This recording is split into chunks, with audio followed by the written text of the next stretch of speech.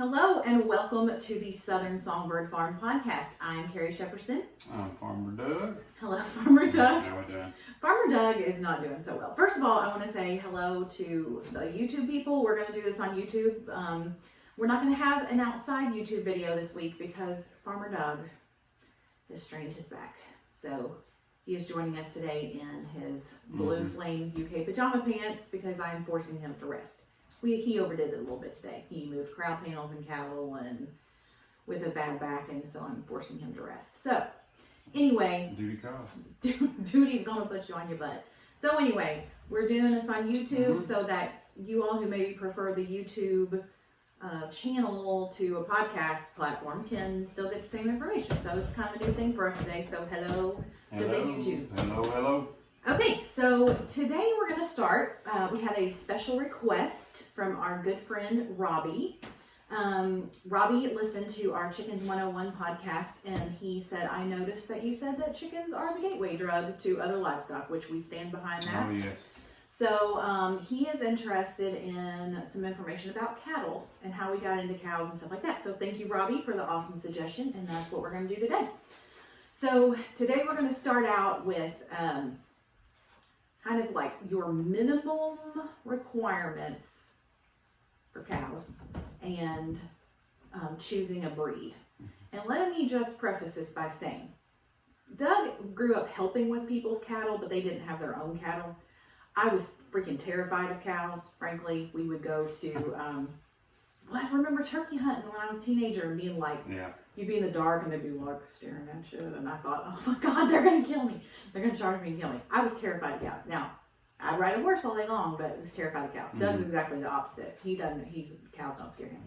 So, but I'm pretty a newbie to the cow thing. And Doug is fairly new as far as being your own cow Operation. owner. Ran a lot of cattle and worked a lot of cattle, but happened to have all the other stuff. Right. So that being said, I kind of liken this to how we do nurses like when you get out of school and you're going to be precepted on your new unit. I did have a manager who her thought was that she liked a newer, not a brand new, but a newer nurse to orient people because it was fresh in their mind and they knew where to find the answers if they didn't know it and stuff like that. So maybe this will be good because we're kind of new ourselves and we'll go through that. But anyway, Doug has our farm update for the week. We always start with that. All right. Farm update for the week. As any business, and especially farming, had some changes come in the last few days. Some price changes, but hey, you just got to adapt and go on. There's been a change in our pastured poultry, our meat production.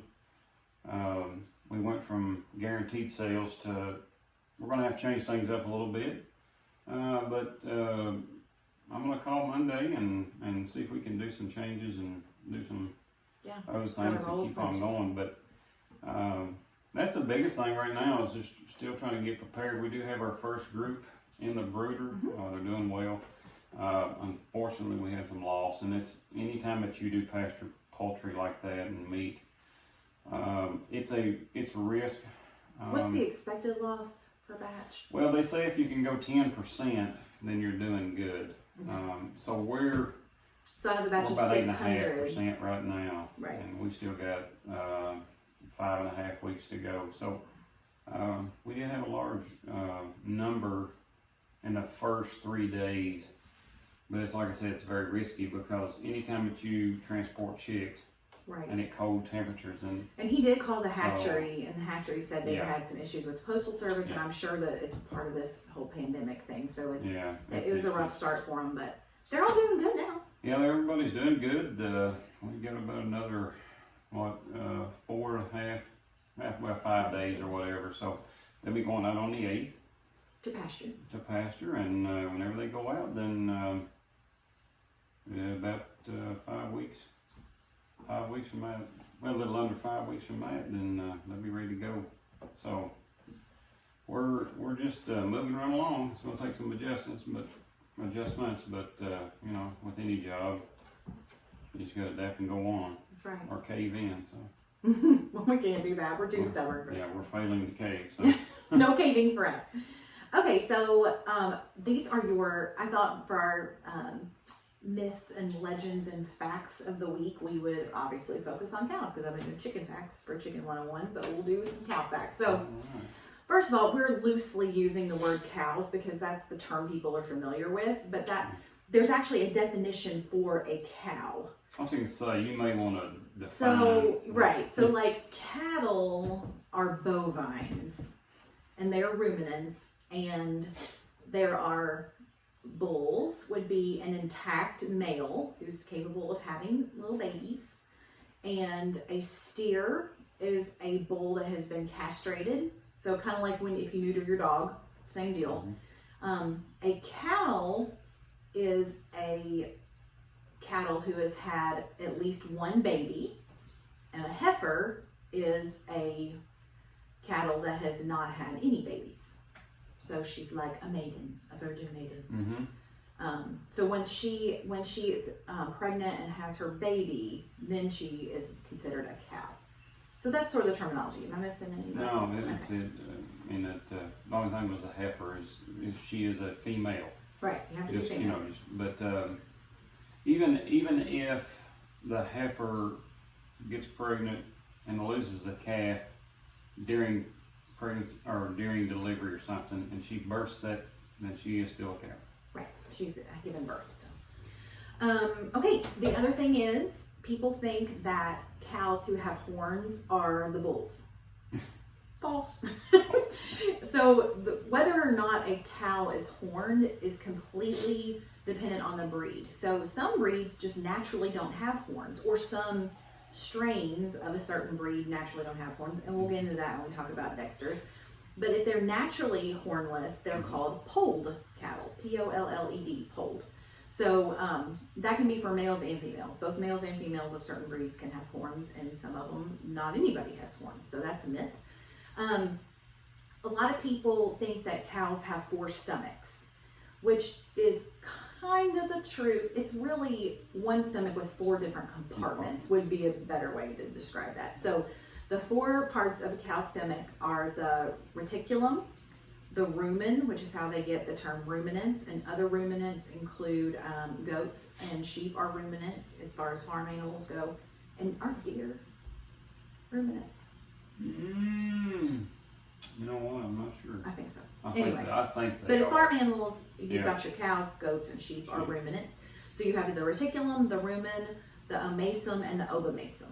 And that's the different parts of their stomach. And they all do a little bit different thing. So when you talk about a cow chewing its cud, that is part of their digestion. So they bring it back up and chew it some more, and then it kind of ferments in their stomach. And so it's really kind of fascinating to learn about how ruminants digest their food. So anyway, so not necessarily 4 stomachs, but 4 very distinct compartments in the stomach. And then another thing that, they say a bull sees red and he's going to charge, like the matadors with their red thing or whatever. Well, all bovines, which are cattle, are red and green colorblind. Did you know that? No. I just found that. I didn't know. I knew it didn't matter the color. I knew it was the action of waving the thing around that gets their attention and could make a bull angry, but I did not know that they were colorblind, but they were red-green colorblind. So it really doesn't matter if you wave in a blue flag or red flag or green flag.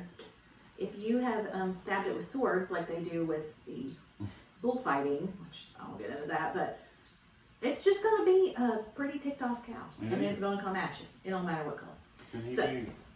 And they're big. And then speaking of mad cows, in the U.S., cows kill about 20 people a year. Sharks in the U.S. only kill like 1 to 6 if it's a bad year, a year. So that is very important to remember that if you're considering cattle, that they are big animals, and depending on what breed you can get, they're anywhere from 600 pounds to 2,000 pounds. And it's an animal that has its own brain, and it has its own free will. If it would like to kick you or trample you to death, it can do so. So that's just something to think about. They're not just, they can be dangerous. Absolutely. You should always be, we've talked about this before, how you should be respectful of any farm animal, any animal period. even your family dog. I mean, they're animals. We're animals. We don't like it when people pick on us either. That's So. exactly right. Anyway, that's all my facts, Doug. Okay. Did you learn anything? No, not really. Yes, you did. You colorblind. Okay. Anyway, all right. So let's move on and talk about the minimal requirements. So when we were considering, we've talked about how, you know, the chickens are the gateway to more farm animals. Yeah. So when we decided, like, okay, like when we moved to the first farm that we lived on of our family friend, and the first 2 years were like a whirlwind of like cleaning the property and getting stuff ready and constructing coops and making fences for the chickens and all that kind of stuff. So it took us a little while to be like, okay, I think we can do some kind of different animal. So we talked about goats. And what'd you say, Doug? Negative. Yeah, he's like, I'm too hard to keep in, apparently. And we yeah. lived right on the main highways. When I'm 20 years old, that's okay because I got the energy to run them every day to put them back in. Right. But They're typically a little hard to keep in. And then same thing you said the same thing about pigs. pigs are difficult because they're smart enough they'll take and root mud up against the electric fence to shut it off, and they'll go through it. Yeah. Because it'll ground it out. Or if you don't have some kind of electric low enough, they'll root under a fence and root their way.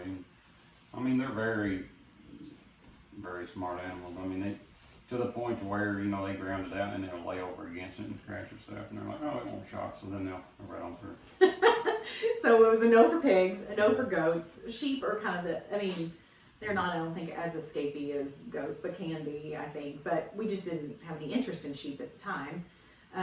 Here's the thing about sheep, though. I had a guy tell me that raised sheep. He said if one sheep or one lamb ever goes under, he said it's like a waterfall because everybody else is going to say, they're like, oh, we can get out. So every one of that. So, and then we just had to kind of ask ourselves, what are we in it for? Do we want a pet?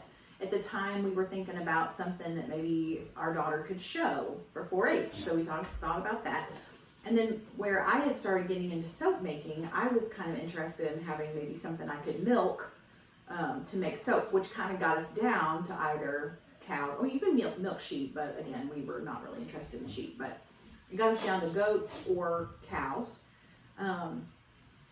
We didn't really want a donkey or a horse at the time because we wanted to be able to get something from them, some kind of production. So we ended up settling on cattle, is what we decided on. So so Doug, why don't you kind of talk about the very minimum that is required if you want to go and buy a cow today and bring it home to your property? Okay. To start off with, it's like anything. I mean, it's like any other animal. You have to have fencing. And fencing is very important based upon whichever animal you choose to go with. And you don't know what your first cow is going to be. You get your first cow, you don't know if she's going to be a little wild. You don't know if she's going to be very docile. You don't know if she can jump, like we had one that can lift over a 4-foot fence. Like a gazelle. Yeah, 30. Like a deer. Seriously, what was 34 inches? Yes. 34 inches. She tucked her feet Tucked and her jumped. little feet in. But she was young. But anyway, so the fencing is number one. Number two, you have to make sure you get food. You have to make sure you have water. And when I say water, I'm talking about a reliable source. And for the health of the cow or any animal, you don't want to just put a tank of water up there and let it be nasty and just add to it, okay?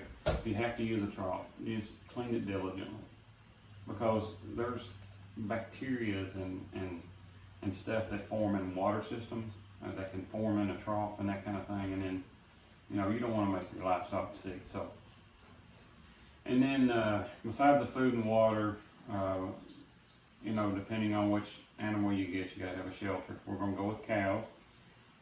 Cows really don't need a lot. If you have a building for them to stand in, it's okay. Just don't close them in it and let them kind of walk in and walk out, do their kind of thing. Because well, I'll get into this a little bit later. we'll go with the basics. But then they have to have like a base mineral. And then there's some other things that I can't talk about, and maybe with this series we'll get a little bit more in depth about it. But Like nutrition and there's a thing called high mag mineral. It lifts the magnesium rate in the spring of the year whenever the grasses are in the spring flush, because all the sugar content in the grass will actually give them a grass tetany. Now, if you're unfamiliar with the grass tetany, like I said, we'll get into that a little later date. But then also, if you have a lot of legumes like clovers, alfalfas, and that kind of thing, and if your percentage, like if you have, let's just say you have mixed grasses and probably a 30-ish% legume mixed in your pastures, you're probably going to be okay. But if you have a significant increase, if you have 70% legumes and then 30% grass, and if it's wet, like a dew's on or something like that, then it can actually cause your cattle to have bloat. But then you have bloat blocks. They actually have bloat blocks that you can put out and they'll lick on, and it helps keep that down. So that's the bare minimums, is just your fencing your food, water, mineral, shelter, and that kind of thing. a lot of that is dependent on what you end up choosing for a breed and what you plan on doing with that animal. So if you plan on milking an animal, first of all, if you buy a straight on dairy breed, like a Jersey or a Holstein or something like that, that is typically, now some of them do, I don't want to make huge blanket statements, but a lot of those animals are not going to be able to make it on grass alone because their milk production is so high that they end up needing some supplemental feed. Now, if you end up with, say, a little herd of Dexters like us, they do incredibly well on grass alone and are super good foragers and do very good on that. And then as far as shelter goes, if you just have a small herd of beef cattle and they have shade from trees and a windbreak, that's all they really need. But if you have a dairy cow that you want to, who's going to be your family milk cow, and you have a single cow, you probably want a barn or some type of shelter to be able to bring her into so that you can milk her clean in a clean place and be able to, you know, you're going to be milking for your consumption. So you want to make sure you're doing it as cleanly as possible. So all this will be a little bit breed dependent. But you're absolutely right, Doug. You summarized. You just need shelter, water. I mean, which kind of what you need for any animal. But now let's say, so it is very important that ruminants get some kind of forage, whether that means you stick them in a dry lot and feed them hay all the time, or if you only feed them grass like our cattle, they do need forage and they need that fiber and stuff from the plant material. So if you don't want to feed hay all year long, Doug, and I know some of this is breed dependent, but what's your minimal acreage requirements for cows? Well, which is hard to say. A lot of people don't like to say it. It also depends on where you live and stuff, but you can kind of give a broad. It depends on what your pastures are made of, and then it depends on the density of your pasture. So as a general rule, I think they say, as a general rule, 1 to 1.5 acre per head on like your beef breeds, Angus, Hereford, Charolais, that kind of thing. Now, like I said, don't take that to heart because that's all dependent. It's all dependent on the nutrition of your grasses, the nutrition of your the hay and all that. But now, so like here in central Kentucky, well, you can probably see outside the window, we've got very lush green pasture. But like say I'm out west and I've got some more scrub land. I may need 2 or 3 acres per head. The density is what's going to be the main key. Your density of your pasture is what's going to be the key. If your pastures are thin and you don't have nice thick grasses, and also the other point to that is the rotational grazing. Rotational grazing has proven that it will provide you more grasses than it is if you just leave them in a certain spot and let them eat it off and then go to the next spot and eat them off. Because grasses, you have to have a natural disturbance of grasses. Because if you nip it off, then the grass is like, oh, well, we need to recover. So you let your cows go through, nip it off, they recover, and then when it comes back, here's the interesting point about grass, and any kind of grass, whatever's on top, that's what the root is on the bottom. So if you keep it clipped off all the time, then your roots, 2 or 3 inches, that's it. Right. So if you have a 10-inch blade of grass, those roots are very deep. It's very, very deep. Yeah. So as far as saying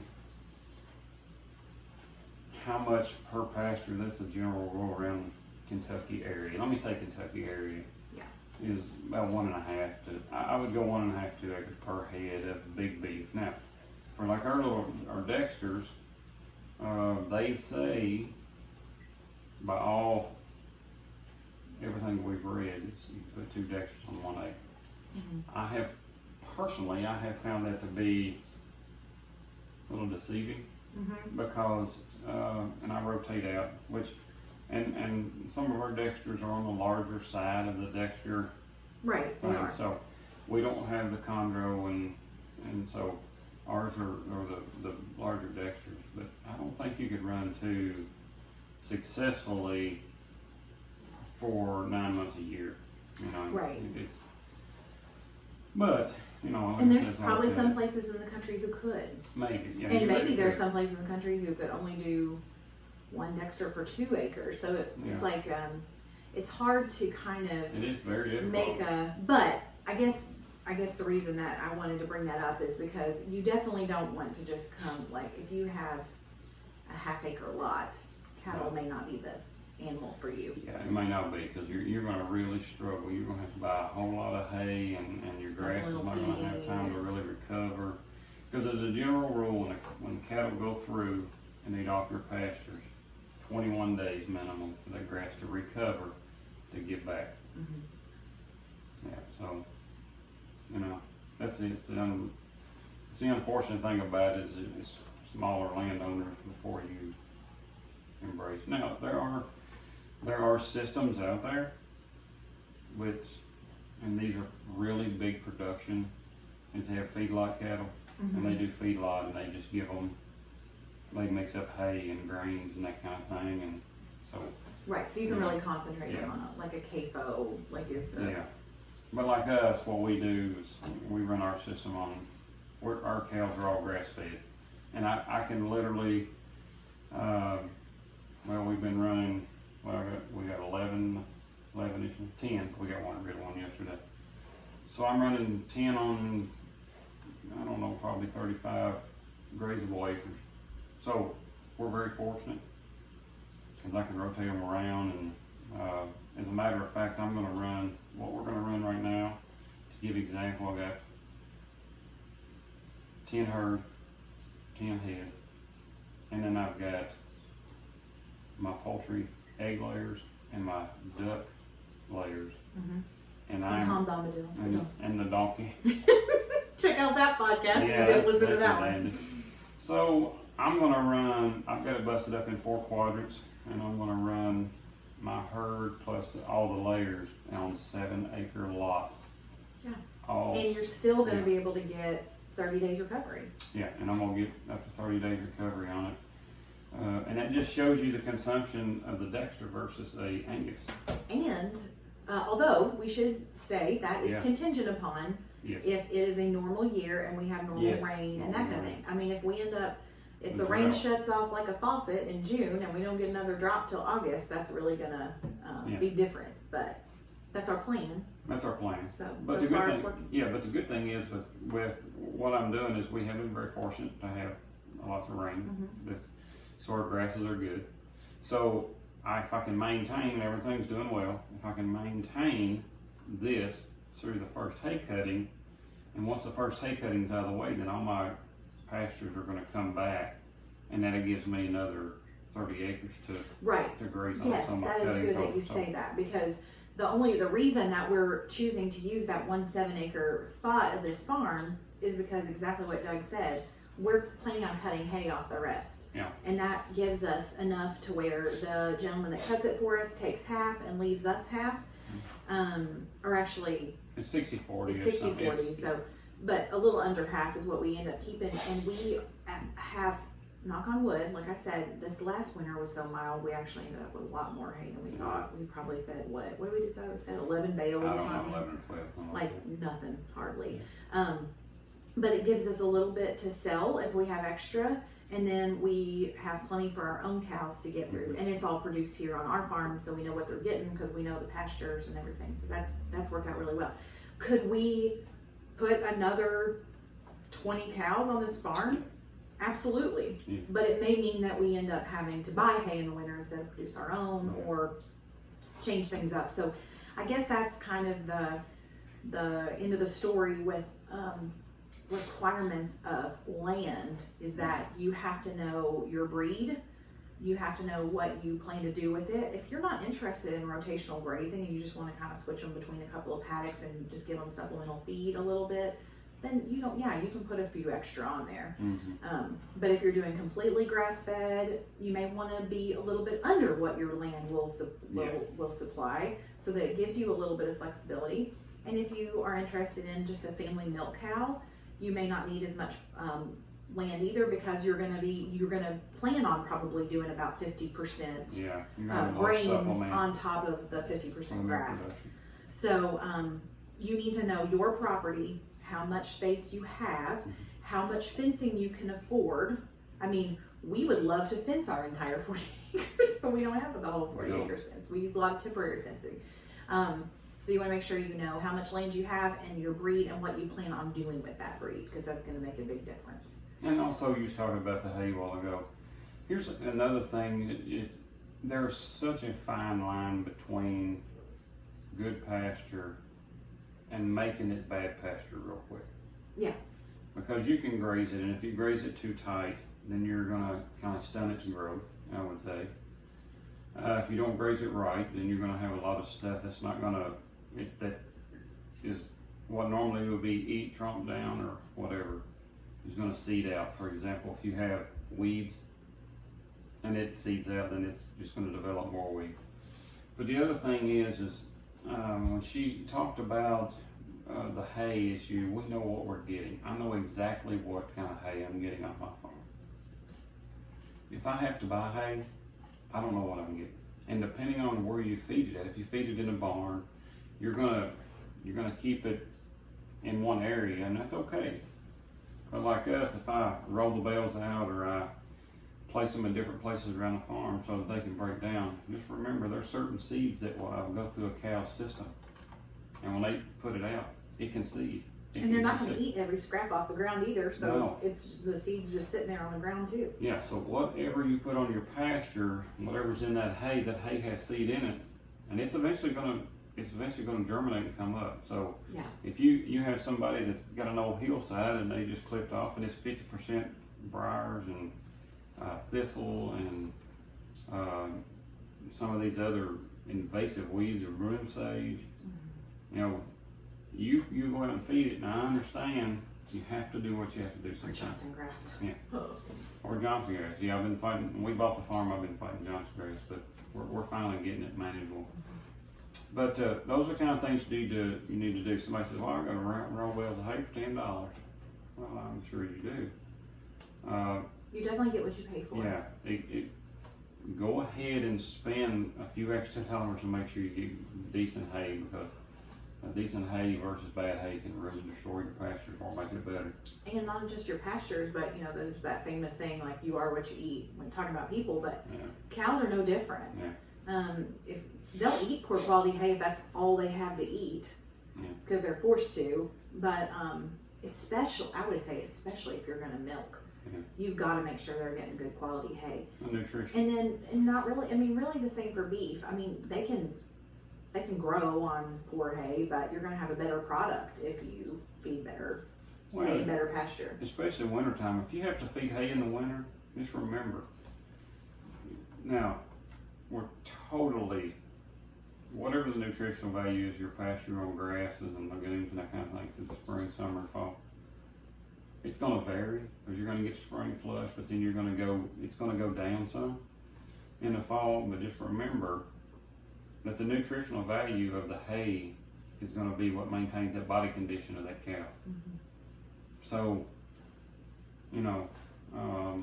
if they lose body condition and the body condition score goes down, then they're not getting good nutrition. So, hay is a big key to this whole thing. I mean, it can be, but the way we graze, I graze from March. We don't usually have to feed a hay bale till toward mid to late December. Yeah, because we have a lot of grass. And we can talk about this more when we go into nutrition, but there's also, you can actually stockpile fescue. What that means is you set aside an area where you let the fescue grow up and you don't touch it. And then in the winter you let your cows into that, and you don't, some people can literally go all year and not feed hay if they manage it very tightly. So that's kind of fascinating too, not having to have hay at all. And remember, the dead fescue that's in the field is still more nutritious than the hay that you put up. Absolutely. So, okay, so we said you gotta know your land, you gotta know how much space you have, so you know how many cows you can get. You have to be able to provide them good quality forage and good quality hay, and sometimes supplemental grains depending on what you're gonna do. Clean water, whether that be you fill up a tank every day or an automatic water or a nice clean stream, then it gets up your water requirement. And the ability to, like we said, they're a big animal. They're going to need veterinary care and vaccines and everything else, so you have to have a way to work them. Yes. And that is something that we struggled mightily with when we first got them. That was probably the one thing that we hadn't fully thought through. When we started, we had to load them up and take them to the vet. And when we started, we had a couple of little Dexters that were show cows, and it worked okay for them because we had an old 2-horse trailer.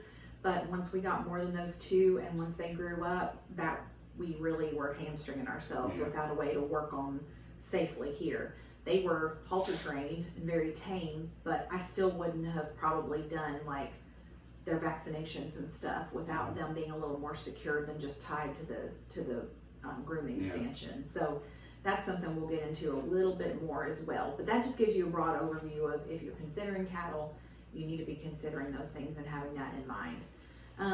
Let's talk a little bit about breeds, Doug, for just a minute, and then we'll wrap it up so we're not going too long today. I mentioned earlier that when we were talking about what we wanted, it's very important that you talk to your family and decide what you want in a cow. If you want one family milk cow because you are interested in kind of homesteading and you want milk for your family, then I think a dairy breed is for you. If you want to raise beef for your family and maybe some neighbors or something, then obviously you want to go with a beef breed. If you want to raise oxen to work them in the field because that's something that interests you, people still train oxen to work the land. So if you want to do that, you need to look for a breed where the steers have been successfully trained to be oxen. We had kind of narrowed down for us personally, we had narrowed it down to Jerseys based on their disposition and their size and their milk quality and quantity, and the Dexters, Irish Dexters. We were also hoping to have a show animal for our daughter to show, and if that's your goal, you need to look at that as well. So in my research on that, dairy showing is far more popular in Western Kentucky. There's not very much that goes on here in our part of Central or Eastern Kentucky. So that was kind of like, I don't know if we want a solid dairy breed or not. So we ended up siding with the Dexters, the Irish Dexter cattle. If you want to go with just a strictly beef herd or a beef cow, I would ask around and look around and see what is in your local area. So most places here now in our area are raising Angus or Angus crosses.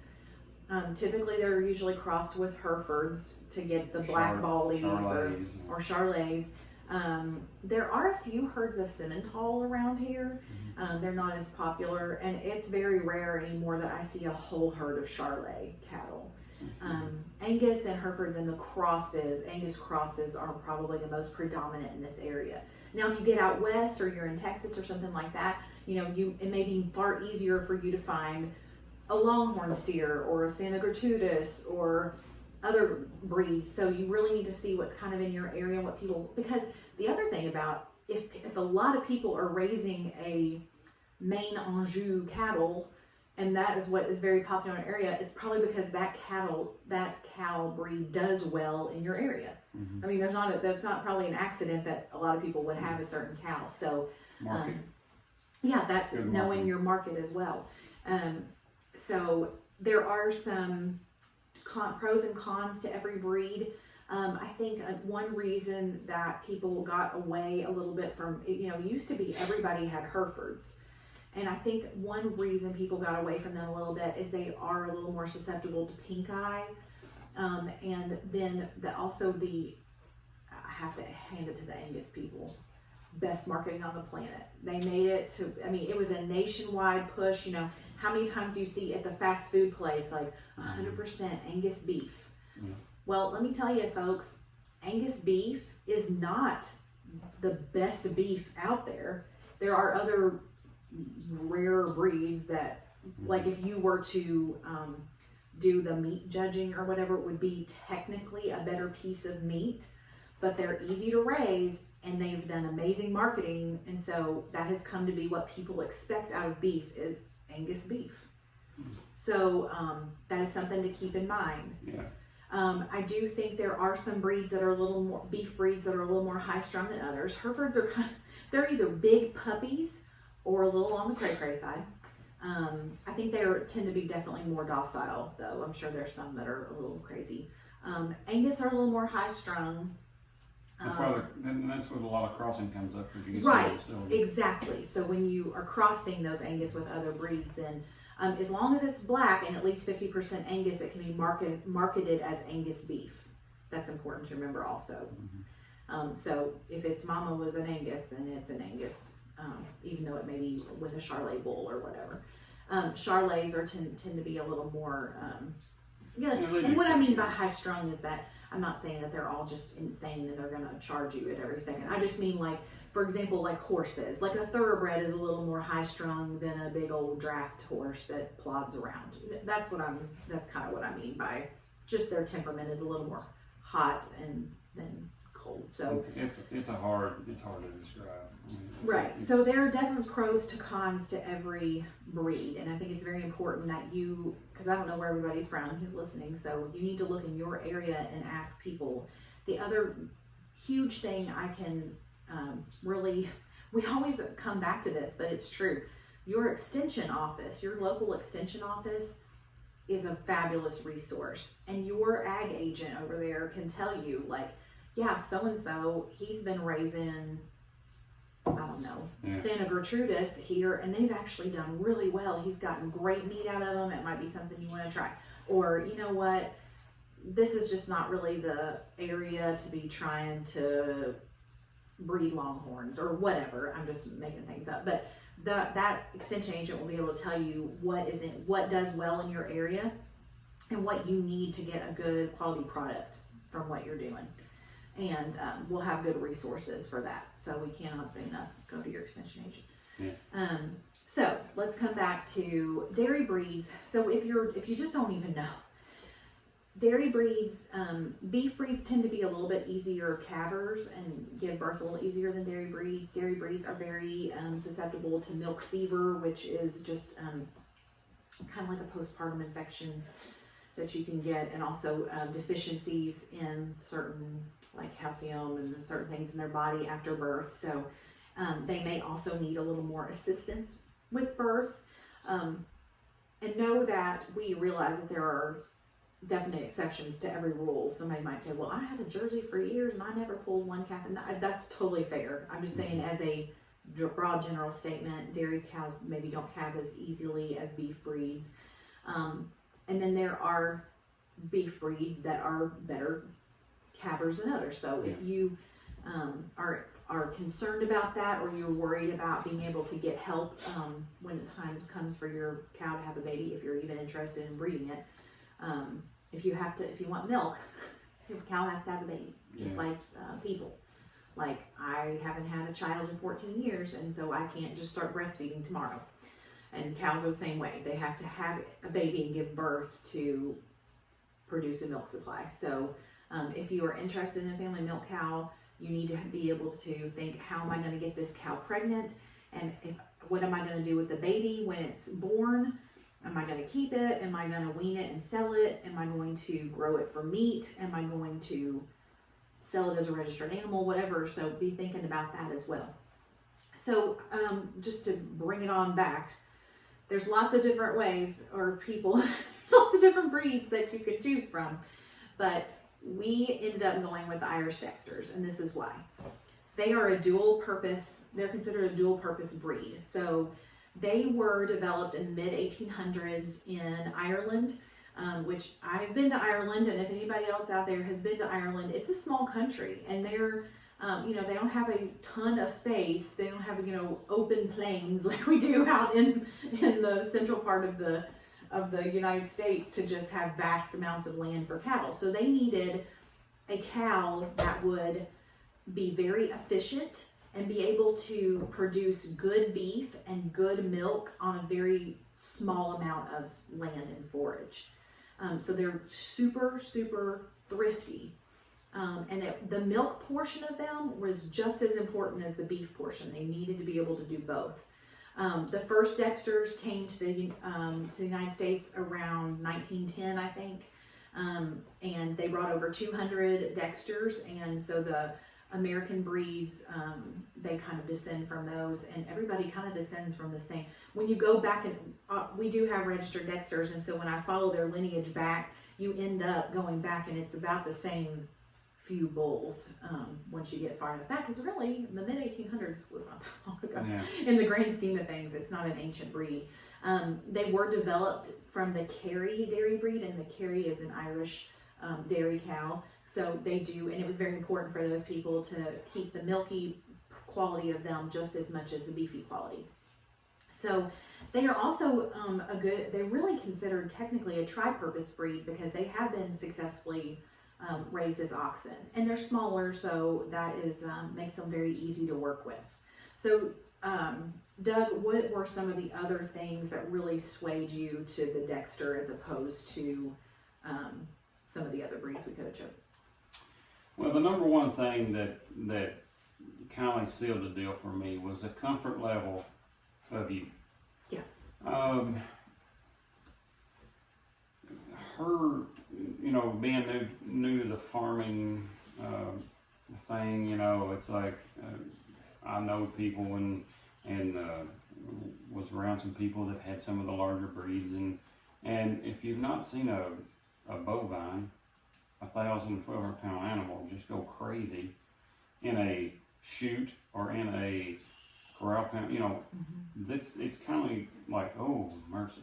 I mean, and they can do, don't think, if you get one that is high strung and mad at you, you get 1,000 pound animal, I promise you, if it wants to get out, it's going to get out.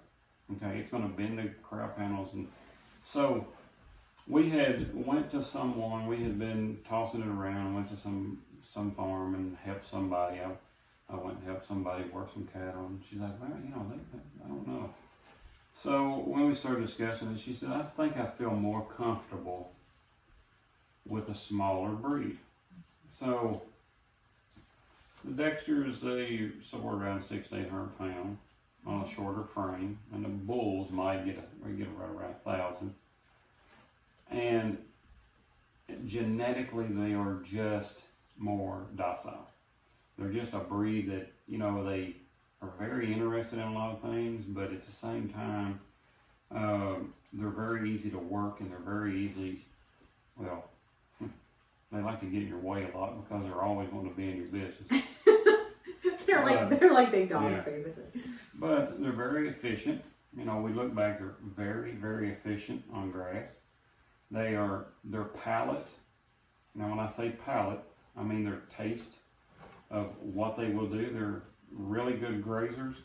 A lot of your other breeds will pick through stuff and leave a lot of stuff behind, and then they will actually, a lot of breeds will nip grass right off at the ground and leave other stuff, 2 foot tall just because they don't want it. So the Dexters are really good about when they, of course they're not going to eat a briar or something like that, but they are really, really good about consuming multiple things. So they're almost, like cows and deer and stuff like that are considered grazers. Yes. And like a goat is considered a browser.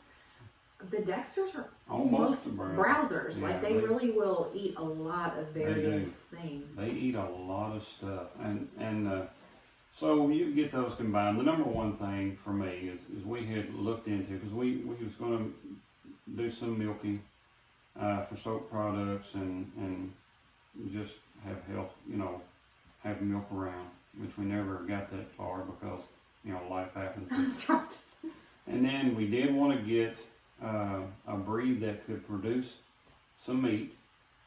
And oh my God, I am so anxious about this first steer that we take to the market. I cannot wait to see this, because apparently, by all studies done and all forums that I have read, Dexters can marble meat. Well, and the extension agent told you that not a month ago. Can marble meat as good as any other animal just on grass. So I'm excited to see that. I'm excited to see what. And we've had Dexter meat before at Dexter Association meetings, and it really is delicious. Good. So it's I'm hoping really ours will be up to snuff. Yeah. So there was just a few things, but what sealed the deal for me more than anything is the comfort level of her, because all it takes is if I go to the barn and I'm going to work cattle, and she gets anxious because it makes her nervous, then the whole operation is now just nervous, because it's like a horse rider gets on a horse's back. He knows if you're nervous, and he's not gonna. Oh yeah. He's already nervous. So, but that was the biggest things, and then you got the water consumption. They don't consume as much water. They do very good on grass. They are just super efficient little cows. They are just super efficient. Yeah. They look so good on so little. Yeah. Not that we give them as much as they want, but they look great on very little. And it makes grazing so much better, because when they graze through, now, the only things that you'll have, and you won't notice this until you move them off, the only things that you'll have is where they make their deposits, their pee and their poop. A cow won't go back unless they're absolutely forced to. A cow won't go back and eat those spots for up to 120, 130 days. It gives it all time to break down. Right. But anything other than that, they just clip it right off. These cows even eat cucumber. I know. Our cows they love Johnson grass. They love a lot of good stuff. So they're just so good about it. And there will be, for those of you that's listening to podcasts and YouTube channel, there will be a video coming on grasses. Yeah. And because I want to show some rotational braces stuff with the Dexters. So we've been so super happy with them. They are definitely small. Probably our biggest is 700 pounds, maybe 750. And to just so you can kind of get a visual about that. And they're also they're short as 37 inches tall. I mean, they don't really get much taller than about 40 inches or so. Well, they're not supposed to. Actually, I think they can get. I think the breed standard can go up to 46. 45, 46. I'll have to double check. We've got a 47 inch cow, Sona. She's very tall, gangly lady. But anyway, but they are. We've just been so impressed with their docility. We halter trained those two girls that our daughter was going to show, and they were precious. Now we had some goes around so to get that halter training done, but they still are just so friendly.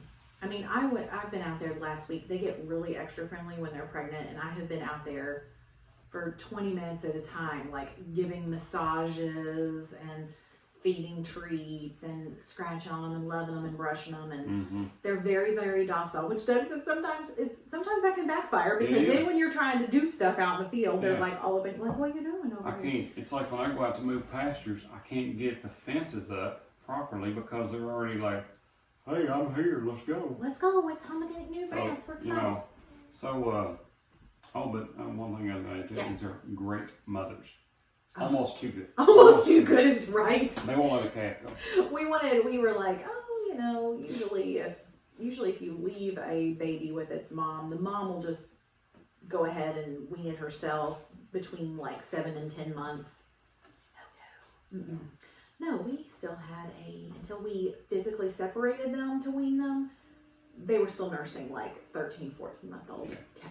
I'm like, ladies. Yeah, it's time to give it up. Like, your kid's in college now, it's time to lick. Yeah. So, they're exceptional moms. When you've asked our daughter for the livestock skill-a-thon stuff, that is what apparently those British Isle breeds are known for, is their foraging and their mothering, which has totally been true with these guys. So for the next episode, we'll go a little deeper into Dexters, since that's what we chose. So if anybody is looking specifically for Dexters, we can give you more information about them. Yeah, and one little tidbit I want to throw in here. Just remember, it's an animal. This breed is a great breed, and we have one cow in our herd right now. You can go out and give her treats. You can rub her anywhere you want to. Except her face. Except if you get in front of her ears, then she backs away. And if you put her in the squeeze chute to work her, she is like a pinball. I mean, she is crazy. So just don't. The last time we had her here, we had to open the emergency chute because she got down and got herself sideways and was suffocating herself. Yeah, she was trying to suffocate herself. So just remember, it doesn't matter what you get, there's always going to be one. So, we'll get a little more into that later. Yeah. Because as well as pasture management, you got to be breed management, and you got to, because if you get a bunch of ones in there that produces bad calves, and you're gonna have problems. So. That's exactly right. All right, so I'm excited to talk more about Dexters. We'll do that next time. To wrap up, Doug, what is our tip of the week? Well, just remember your free zones. Here we are, May the 2nd. What are we? Yeah. I think it is May the 2nd. May 3rd. May 3rd, okay. Here we are, May 3rd. And, usually April 20th is when they say. Yeah, for our area, it's like between the 15th and the 30th is our frost-free date, is what it's called. But just be very cautious about this time of year, because we have a beautiful ginkgo tree that is, we had a humongous freeze. And it got our grapes. We had asparagus popping through, and it just eat them up. Our beets, it killed the beets. Yeah. We had a few. that was even, I covered the grape. Yeah. Like 4 days, and it still managed to nip it. So, I know there's a lot of people who got real excited because we've had pretty weather, and they've put all their tomatoes out and gotten their little hanging baskets for their porch. So be weather aware. Be aware. In Kentucky, we don't usually plant until after Derby Day. Yeah. Well, May 12th. Yesterday would have been Derby Day. Yeah. And next weekend, there you go. They're calling for 36 degrees, and one model was showing snow. So be very careful. So don't get. What did your grandfather do? When there's something about snow and your grandfather back in the day? My grandfather set tobacco in the middle of May one year when he was younger. He set tobacco in the middle of May, wearing coveralls while it was snowing. Yeah. So just be careful with your tender vegetables. Just be patient. Yes, be patient is correct. Kind of like a pandemic. Just be patient. We just gotta be patient. We hope everybody's doing well with that, and staying safe and healthy. I know that we have gotten so many people asking us about chickens and gardening and stuff. And let me tell you, it warms our hearts. Like, I would love to see more people become as self-sufficient as possible. So I think that's kind of our next thing, is we're getting questions about cows, because there's been so many times people go to the grocery, and at the beginning, now it's not that bad now, but at the beginning, you would go, there was not a drop of meat to be found. And I know that, currently in the news, we're talking about, Tyson plants shutting down because of so many employees being ill, and cattle being slaughtered because they don't have enough people to process it, and this horrible stuff. So we're excited to help you. Please reach out to us. If you go to our website, there's a place where you can contact us by email. You can call us, send us a text. Our contact information is on there. Leave a comment here on the podcast or on YouTube, and we'll be happy to answer you. We try to get back to people really quickly. You can always contact us through Instagram or Facebook. But we would love to answer your questions. Like I said, we were the first people to say we're not experts, but we've learned a lot, and we just want to share what we've learned already. Yeah. So we appreciate you listening. Thank you for coming back. We will see you next time on the Southern Songbird Farm podcast. I hope that people enjoyed it on YouTube. We'll see you guys later too. And stay safe out there. That's right. We'll see you folks. Bye. Bye.